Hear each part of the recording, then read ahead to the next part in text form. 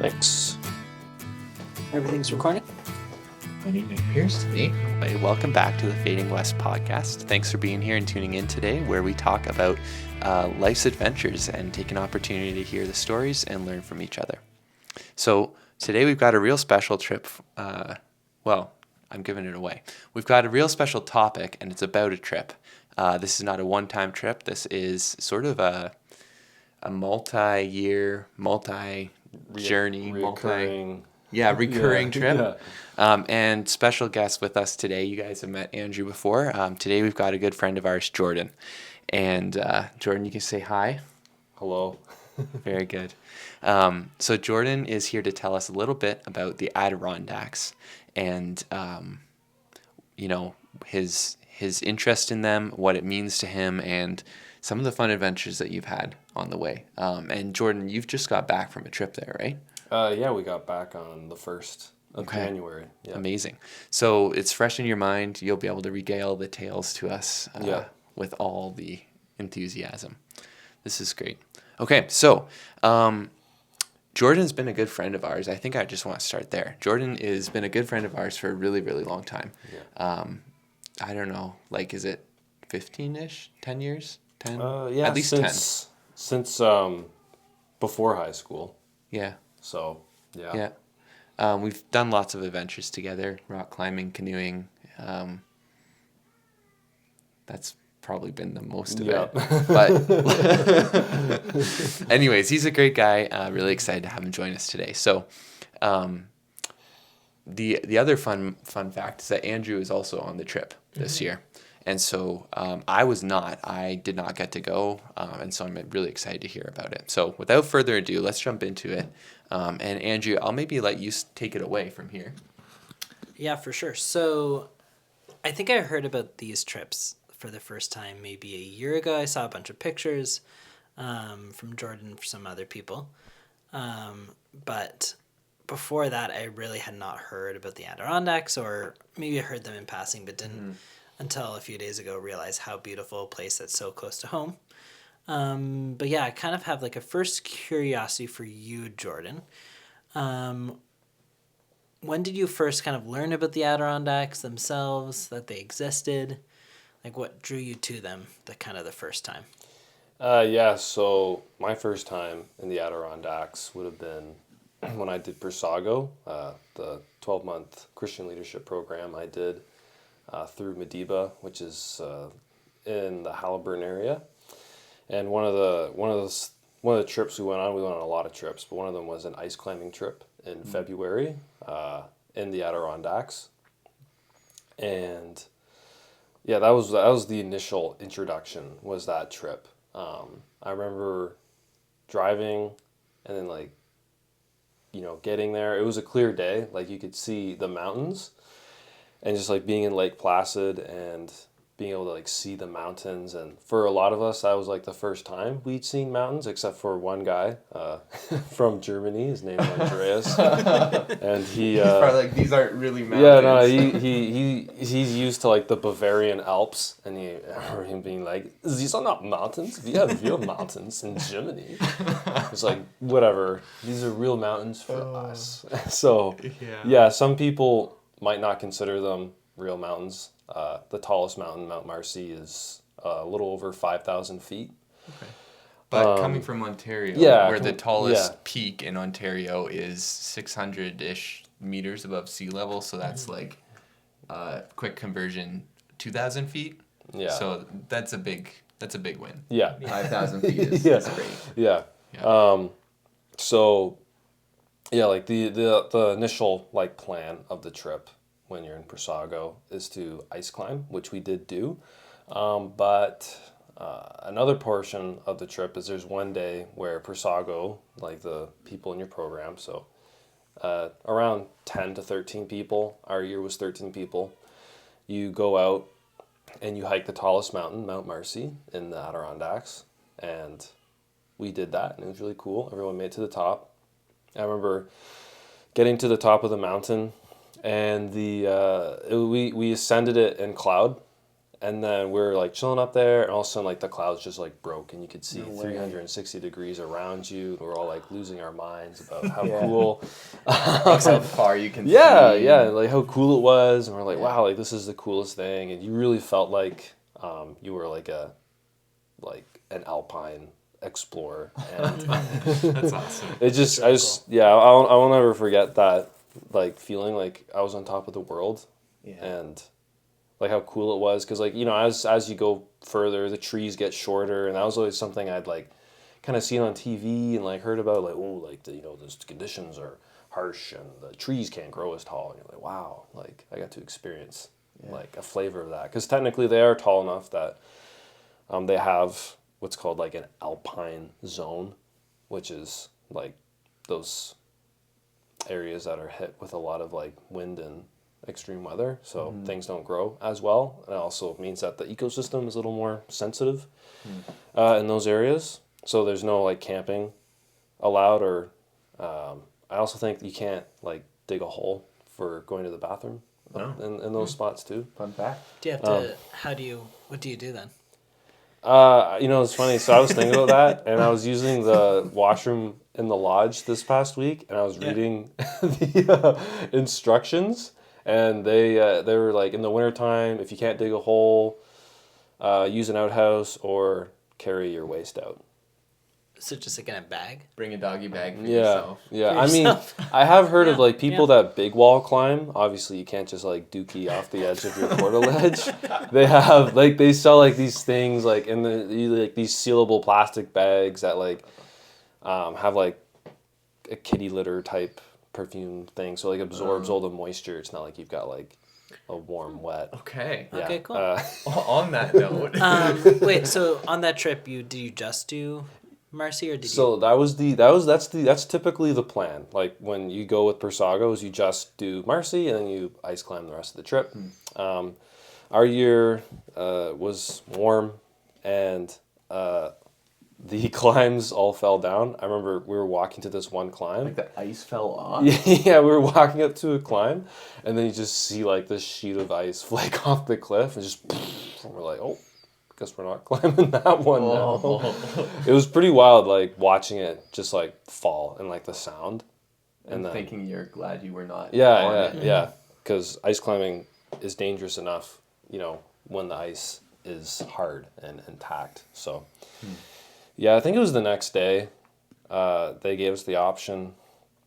Our leaders, who were leading that trip, they're like, "Oh, okay, so we could like you could do like another hike, do some more mountains, or like like a fun like chill out in Lake Placid kind of kind of day." Go shopping and Yeah, stuff. go shopping, go to Starbucks, get a latte, that kind of deal. So some people went to do that, and some of us decided we wanted to keep hiking. So we hiked, we did Cascade Mountain and Porter Mountain, and those are both part of the 46ers, the 46 tallest mountains tallest mountains in the Adirondacks. Not all those measurements are quite true. There were some errors when they originally measured how tall they all were. So you did a few more peaks on that trip. Yeah. And then did you like at that point were like, oh, I got to go back and do the rest, or like did you know the 46ers were a thing? We knew it was a thing, because like there's all types of like souvenirs and like the lodges and outdoor stores that are in the area. So they have like these patches that have the name of the mountain, like a picture of the mountain, and then the elevation of the mountain. And they have patches like this for, like, it's not just for the Adirondack Mountains. You can get an Everest patch, although I think you should only get an Everest patch if you actually climb Everest. But anyway. But you can't really very well have a store at the top of Everest No. that sells them. And then they also have summit journals where it has the lists of all the peaks and how high they are. And then you can write a little like, oh, what time you start, just interesting details. And then they also have these like scratch, like those scratch lottery tickets. Well, something like that, but it's all the mountains, and you like scratch the peak off, and that helps you keep track of how many you've done. Okay. So you were like introduced to the idea of the 46ers on that trip. Yeah. With Prasago. Yeah. And then, like, how long ago would that have been? Because from what I understand, you didn't go right back the very next year necessarily, right? No, yeah. So, yeah, we were in the Adirondacks that was February 2017. Okay. And then we didn't actually go back to the Adirondacks till the winter of 2019, 2020. We did from like Boxing Day to New Year's. You just made it in before. Yeah, It's yeah, not it was, hairy. yeah. Okay. Yeah, because after Prasago, my year, we were still getting together around New Year's. Yeah. But usually it was like a Christmas party at someone's, or like a New Year's party at one of the friends' house. Yeah. And then one year, I think it was Jess. I think it's Jess's idea to do the hiking in the Adirondacks over that time between Christmas and New Year's, because it was her goal initially. And a bunch of us, yeah, we went that next time from the 2019 to ring into 2020, and we did some really good hikes that trip. There's one mountain that sticks out, and Jess and I's memory in particular, because we did it together, because a bunch of people had to leave early, and then it was me, Jess, and one other guy that did this crazy hike one day. And that was really cool. The mountain is called Gothics, and it's as cool as it sounds. It's like this really steep ascent, and you're like walking across like this narrow ridge, and it was super sketchy, and it was a ton of fun, and we were super tired after we were done. It was probably one of the more intense hikes that we did, just in general, I think. Yeah. Okay. So that would have been one of the 46ers then. Yeah, so all the mountains... What does it mean for it to be a 46er? Like, is there a threshold? Yeah, Is there, yeah. what does it mean? So technically, they kind of have to be over 4,000 feet. Okay. There are two that I'm pretty sure it's two that are less than 4,000 feet. Like they measured that at first? Yeah, like they just weren't measured properly, and then they were measured again. They're like, oops, we're off by a couple feet. And that made a difference. Yeah, I mean, but they're still a part of the original 46 that were measured. They're still included, but there are a couple mountains that aren't considered 46ers that are technically taller than these two shorter ones. Okay, cool. So why don't you tell us a little bit about like heading into this trip? You've been there a few times. Was it so you went once with Prasago and then twice with a group of people before? Yeah. This year? Yeah. So you've been there 3 times essentially. Yeah. So this was the fourth one. Yeah. Okay. So how did you feel heading into this trip? Were you what was it like? Was there a lot of planning involved? Were you pretty strategic with it? How do you go about hiking for a week? So this year I used the All Trails website and app to kind of figure out what we could do. Yeah. So I just quickly looked at what was within a reasonable distance, and 2 of those hikes, actually 3 of them, there's 3 that were pretty reasonable. But then there was these 2 monster hikes that the trails we knew were going to be not very good conditions because it was really warm this year, so none of the ground was frozen. Right.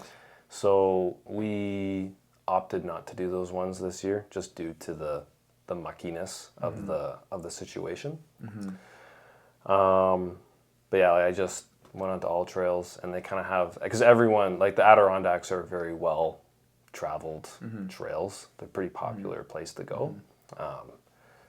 So you kind of had a general idea of how long it would take, how long the distances were, and then where to go exactly. Yeah. And how did you feel about bringing this young rookie with you? I felt it was going to be okay. It was going to be fine. You had faith in Andrew. I wasn't worried about Andrew. How did you feel going into it, Andrew? Oh, nervous for sure. Because I'm not used to hiking. I'm used to canoeing and going on those kind of adventures, and hiking, carrying all your stuff up is a very different beast. But something I did find interesting was I am not used to using kind of all trails or other as the one Like apps? Apps, yeah. Yeah. As the one park ranger said. Yeah, the forest ranger. There's this one day we went out, and there's a forest ranger there. He was making sure everyone had like a topographic map like this one and a compass. And there was one group that were like, "Oh yeah, we have like GPS app," and he just stops them right there and he says, "Yeah, so we call those toys, not tools. You need a topographic map and a compass because those will not fail you if they don't have batteries, right?" So it was pretty funny. I felt pretty good because like Because you guys did have a top. yeah, and a compass that I had set the declination for and everything too. And but we weren't using it to actively navigate. It was just there, just in case. Yeah. Sure. So Andrew, you're Yeah. saying Yeah. Well, from what I remember, I think this is one of the first, if not the first kind of trip in the Adirondacks they were using like an app on a phone. Do you Yeah. feel like that changed your experience of the mountains itself? Like benefit, negative? No, not really. Like, there was one situation last year where it would have been nice to have the app because we were doing this hike. So we did Giant Mountain, and then we did Rocky Peak Ridge, and we walked along Rocky Peak Ridge. It was like we had a car at one trailhead and then a car at the other one, and it was really conveniently located to like where our Airbnb was that year. And a lot of people had hiked Giant and then Rocky Peak Ridge, and then they had just gone back the way they came. No one had continued the rest of the trail that season. So from Rocky Peak Ridge to like most of the ridge, there was no trail broken in, and the snow is really deep. So all the trail markers are gone. Gone or really low and hard to see. So when it got dark, it was getting really difficult to navigate and like finding the trail. And with the app, iPhones now are accurate within 4.6 meters for accuracy, like for error, and that's pretty good. Yeah. That's good enough Yeah. to get you off the mountain. Exactly. Yeah. So it would have been nice to have that because then we wouldn't have to run around hunting for trail markers that were probably buried in the snow. And yeah, it was. There was several points where, because we were doing some trails that were kind of hard to follow, like some trails weren't marked. Yeah. I call them herd trails, and they're marked differently on the map too. And there's a couple times where it's like, I don't really know where the trail is. I think we're off of it. Oh, no. Oh, it goes this, it's just like a nice double check. And it's a little more. Okay. And if we had a Rocky Peak Ridge repeat on a trail with no trail markers, it would have been really hard to navigate without knowing where the actual trail was. So. For sure. So you kind of like, you benefit by having both tools, like the topo map in Yeah. emergency, and then also like the ability to just quickly say like, where am I? Yeah, Am I close? Am I not? Like, Yeah. if you just got to get out of there quick. And yeah, for quick reference, definitely the app or Yeah. whatever GPS device of your choice is nice. And then, the topo, you can, if you get lost, you can always shoot a bearing and be like, well, at some point we got to hit this road. you're gonna hit the road. Yeah. We got to hit this path. Yeah. Like, we're not going to, Yeah. yeah. So, Yeah. So you said this time though it was like a little bit warmer compared to previous years. So Yes. how did that did that really change the hiking for you guys? Like what was it? I mean, you wouldn't you this is your first time. yeah. Let's hear your perspective Well, first. And then yeah. David's. Yeah. Was it a mud pit? Was it like Yeah, was it because winter? I think my perspective was kind of interesting because everybody else had been on the trip last year. Yeah. Except me. So on the first 3 days, it was pretty warm. The last 2 days, we had like a good bit of snow, and I heard from like the other group, they're like, oh, this kind of feels a little bit more like what it was. But those first 3 days, like I was having a great time, even though it was muddy. There were sections where you had to kind of be careful where you stepped. Things were not really frozen, or things were actively melting, especially later in the day as we were coming back down. But yeah, it's an interesting difference between me being like, oh, this is like what the Adirondacks are, because it's the first time I'd been there, versus the group like seeing that difference, and being like especially looking at those trail markers and seeing how high some of them are, and then thinking about the pictures I saw from last year where the trail markers were not very high. But yeah, I mean, those first 3 days, we didn't have that many views. When we got to the top, it was pretty cloudy and rainy. Yeah. So did it live up to your expectations then? Oh, 100%. Okay. Like I was having a blast. Yeah. And I think the rest of the group was too. It was just a different experience for them. Like for me, that's what it felt like, and then it changed by the end of the trip. But yeah, I don't know, Jordan. So for you, Jordan, were you like, oh my goodness, we can't see anything? Yeah, like because it's hard because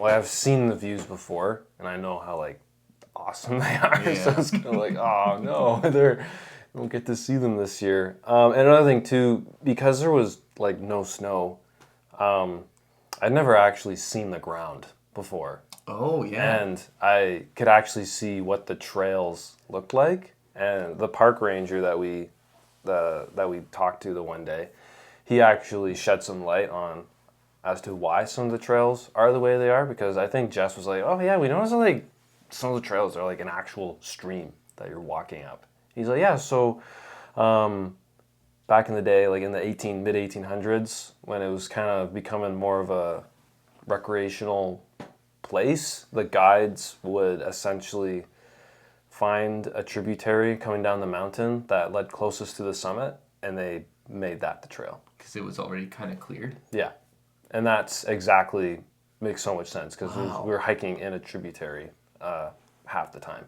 Wow. And part of that's great and all, but part of the problem is that like the trail system is fairly old in the Adirondacks. If you think about some of the national parks in the United States and when they were created, it was within the past century, not the century before.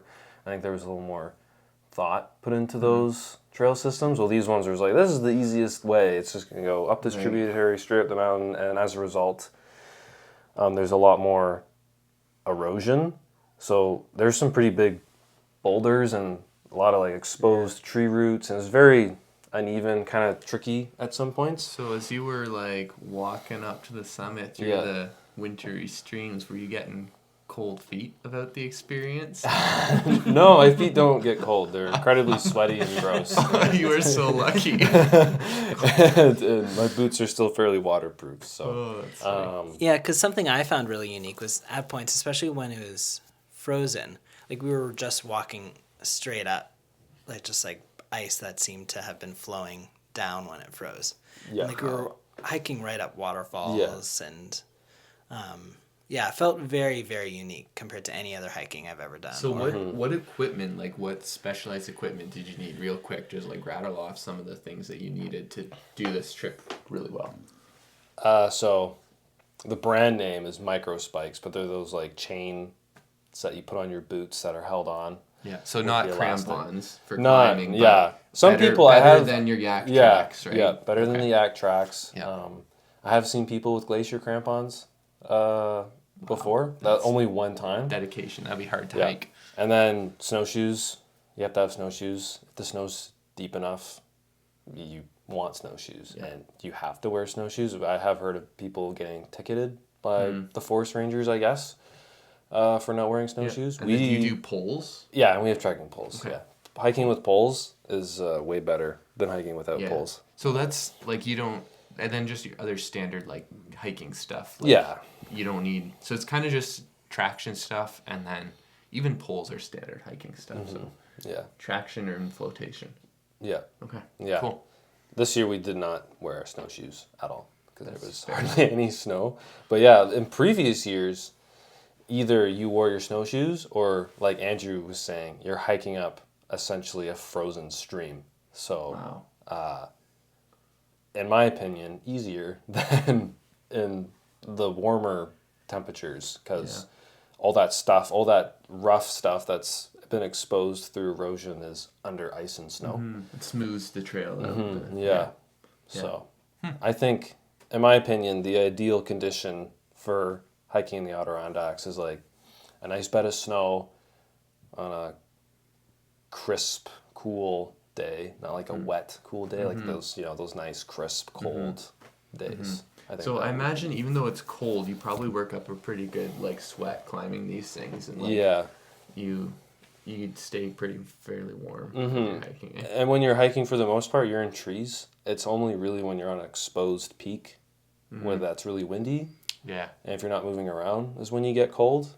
So for those of us, that's a good transition. For those of us who haven't been to the Adirondacks, myself included, what is a typical hike like? Are they similar, or are they totally different? Like, are you in? You said you're in the forest a lot. Like, Yeah, so kind of how it starts out is usually you start in one of the valleys, and there's a lot of hardwood, deciduous trees.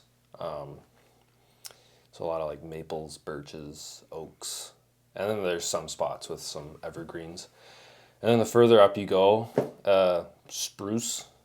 I don't remember which species. Probably white spruce or black spruce. if your forestry professor doesn't watch this, No, I don't think he will. Yeah. That's okay. okay. Tree species aren't as important for my schooling anymore. That's so, fair. Jordan's going to school to be a conservation Yeah. officer, and his first year you had to learn all about trees, but Yep. you don't really need it Yeah. for wildlife. So, anyways, Yeah. carry on. Well, There's spruces when you get part way. yeah. So yeah, as you go further, there's more and more spruces, and they get really thick. Like it's pretty wild how thick they are. Like to the point it limits visibility. Like you yeah, can't see limiting this far. visibility and limiting how far you could wander off the path.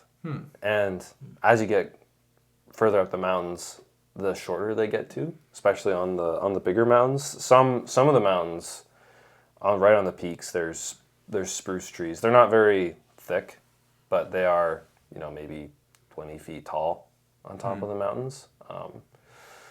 But yeah, on the bigger mountains or the mountains with more rocky peaks, there's not a lot of soil. Yeah. They can get up to like your knee height, and you're like a giant. They just like stay short like that. Yeah, I guess because the growing season for them is just so Yeah. short, and the conditions are so harsh. And there's probably not a lot of nutrients there. Yeah. They just don't grow very big. They're probably really old. Yeah. They just don't grow big. Feel really bad to cut one down and check. Like you just work. You probably need a microscope to count the 150 rings. years to get 2 feet tall. Yeah. Yeah. Yeah. So over those 5 days, we hiked 9 46ers in total. Okay. Well, at least the whole group was able to get to 9 46ers in total. So I climbed my first 9 46ers. So you're like 20% of the way down. I'm like 20% of the way down. Yeah. Haven't yet decided if I'm going to become a 46er, though I think Jordan has a while ago. But from all those days, is there like any peaks or any like moments hiking the mountains that kind of stick out as like significant to you, or like memories or kind of moments? Like this past trip, or Yeah, just this like past trip. Okay, this past Yeah. trip. I don't know. I think the day where I couldn't hike. I was gonna say the one, For me. the one that got away. Right? Yeah. So I've got this funny thing with my knee where it's happened before on other hiking trips where like it just hurts, and it's probably some kind of like stair climbing. Not that I climb, but like that kind of like motion type repetitive injury. It feels fine now, but it there was just one day we were coming back and I was like, oh no, I feel my knees starting to give You're me. really starting to feel your Yeah. age, eh? I hope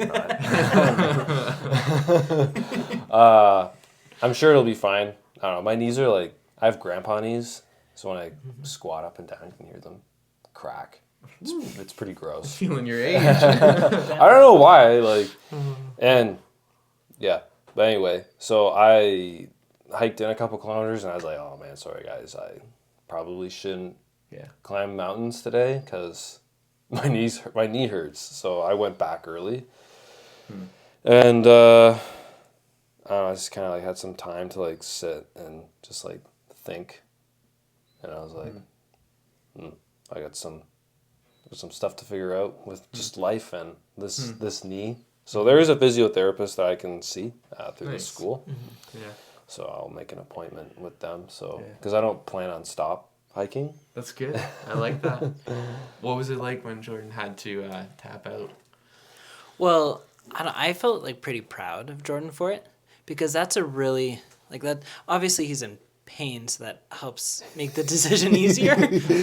But like I know for people that like have goals of like getting to the peak, like where that's like the goal, like that can be a really tough thing to do, to say, you know what, I can't, even if you're in immense like insignificant pain, that like I can't do it, I have to like turn back, but I want you to keep going. Like, and it was also a really beautiful moment in when, like, because we had been communicating a little bit ahead of time, and Michelle had been talking to you ahead of time, like being like, okay, we're managing this, we're gonna, because often you can manage like some level of hurt or discomfort. I think most of us had like blisters, and except you, unfortunately. Everything was fine. I wasn't just even the that knee. sore. It was just the knee.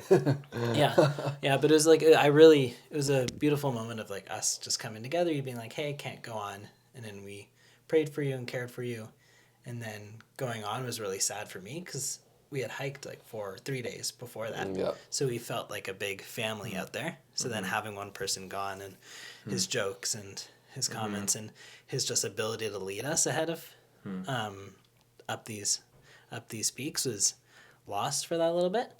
And you would have probably felt that missing person when you were summiting a little bit. Oh, totally. Because that was also, so you have hiked every single time with Jess. Yeah, this was the first time Jess and I hadn't done a 46er together. Wow. Yeah. Actually, no, that's not true. There was one time last year that Jess was doing homework and a bunch of the rest of us did Mount Marcy. Because I had already done Mount Marcy and Jess had already done Mount Marcy. And I was like, I'm fine with doing it again. No one else had done it. Yeah. But this was the first time doing a new one without doing it with Jess. Yeah.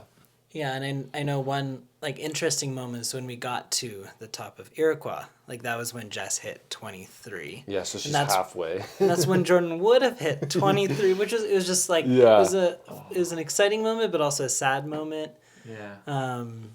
But yeah, Jordan, like how, like I don't know if you've had too many experiences of that before, where you just like you can't continue on, but like was that an easy? I mean, sure you're in pain, but was that an easy decision kind of to come to in the moment, or were you like debating in your head for a while? Yeah, no, there was some debate. I think like just this past year, there's been some other things that I didn't do very well on that I wish I had done better on. So like, part of me was just like, well, you know, I'm gonna have to like that's just gonna keep happening, and this one was completely out of my control. I don't know what I could have. I think going forward, there can be some things I can do proactively to repair the knee, but in the moment, yeah, because I like it hadn't been a problem for like a year and a half, so. Now that it's because I did a hiking trip that we can talk about another time. Sure. Where halfway through I was like, oh no, my knee really hurts. But there's maybe like a little bit of a process of like letting go of that day of hiking, like yeah. Yeah. And I had a Kinder Egg surprise that I did at the Airbnb, so there was some consolation. Yeah. Okay, thank goodness. And I like wiped the counters and I swept the floor, and there we go. I talked to my dad and asked him how his kidney stones were doing. All right. That's funny. Yeah. He's fine. He's fine. Doing good. Everything's fine. Everyone's okay. Yeah.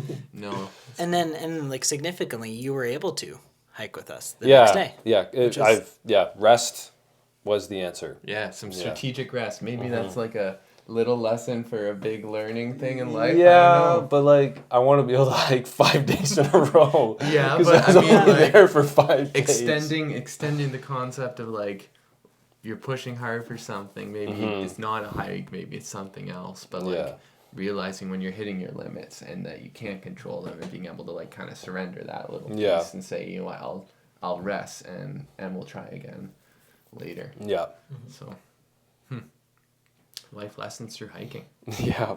Yeah, that's awesome. So I guess we're kind of nearing the end point. One thing we kind of focused on last podcast we had was next time. So what are you thinking about?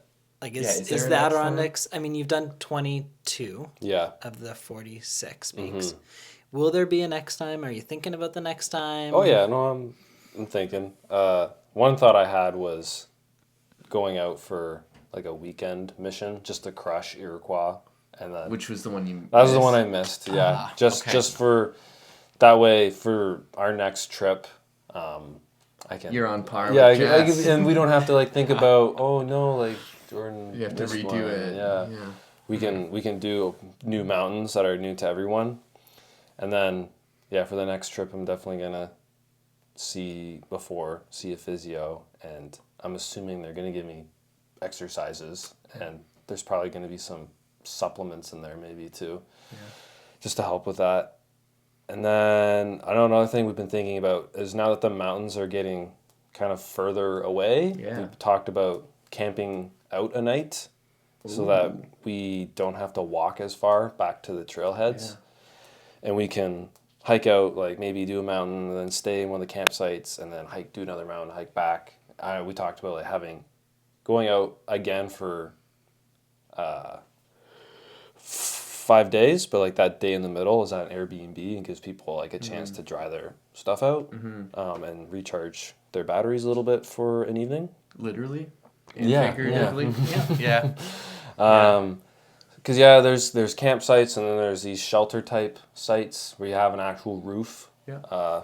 So do you feel like, because you did 9 this trip, you've done 23 over the course of... I've done 23. 22? You've done 22 over the course of 4 trips, so your first trip there, like with the Prasago, didn't really count as like a... Yeah, well, we got 3. Yeah, and that wasn't the focus of the trip. So in kind of 3 visits, you've done 22. So do you think that like that average of like 6 to 9 per visit is a number you can keep sustaining for the remaining like 24? Yeah, I think so, because I know there's 3 hikes where we definitely crush. There's one that we could crush like 5 in one day. Okay. I think would be pretty doable from what So I've read about it. They're just like further out from the towns that you're staying in? Or Yeah, like... so like there's these 3 clusters that we could get in one day where you get 5 or 3 in one day. And then then there's these other ones that are a little out of the way. There's one mountain. Allen. It's like this. It's super flat. One guy that we talked to was like, yeah, if you had cross country skis, you could cross country ski. It's just so flat. I probably won't do that though, because I don't have cross country. But does it actually have a peak to it? Apparently, it's nice. So like it's flat and then it goes up? Yeah, it's the approach is flat because a lot of the mountains they're kind of a part of a range or a ridge. Right. And then there's other mountains where it's just that mountain. Singular. It's just an isolated mountain. And Allen is one of them. Mount Allen. So you got to travel some distance to get to it. Is it on this map? Yes, it is right. Oh, here it is. See that? I don't know if you can see that. So you got to start here, and you go down, and then these dotted lines. They're called herd trails. They're not maintained. There's no markers. Okay. So, I don't know. This is like close to 30 kilometers. Whoa. For there and back, I think. Yeah. Okay, yeah. So I see you come just through the low points, like through the valleys, and you're not doing any peaks until you get to here. Then you just go straight up. Yep. Wow. And so, would you go in the summertime and just run it, or does it have to? It has to be the winter. I would. It has to be the winter. Is that So it's kind of a thing where it's like, oh, did you do the 46 in the summer, or did you do them in the winter? The winter's better. Well, the trail's frozen, like I said. And there's this one spot, there's this one mountain where it's out of the way, and to get to it, you have to go through a bog.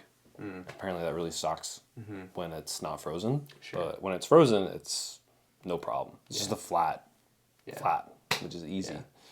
So I I don't think I'll really even have time in the summer to go. Sure. Like there's more time in the wintertime. So That's this is a winter activity. yeah. That's part of the reason why we go is we're all busy in the summertime. Yeah. We don't have time to go. Okay. The wintertime is just more convenient, and when it's actually cold, preferably I think it's more better. Yeah.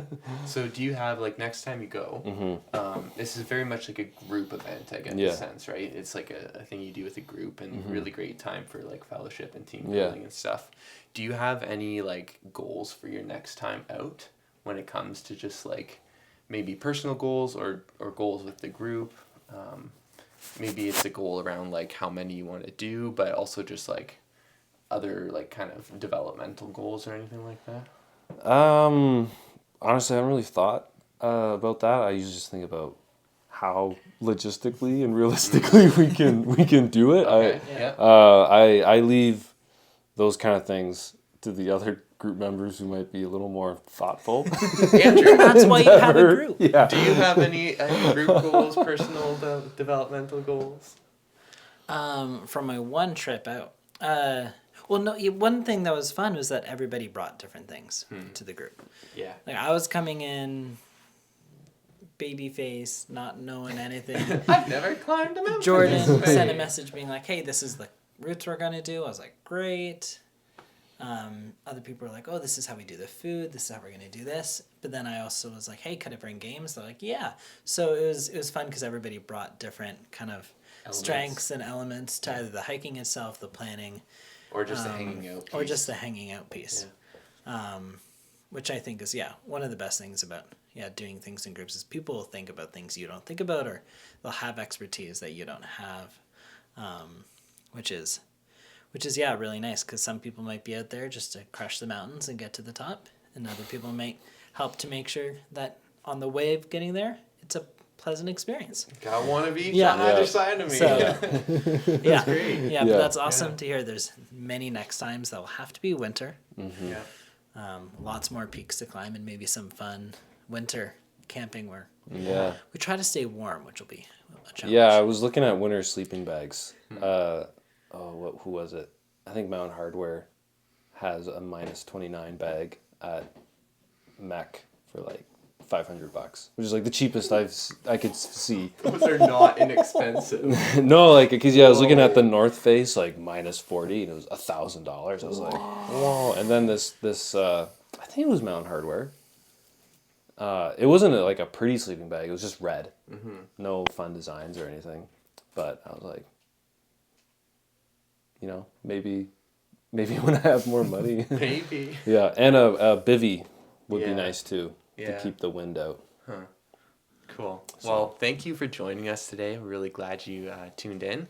Hopefully you learned something on this podcast. Maybe you got inspired to go out and adventure on your own. And whatever you do, just remember that you can still have fun outside in winter. Let this be a little reminder of that.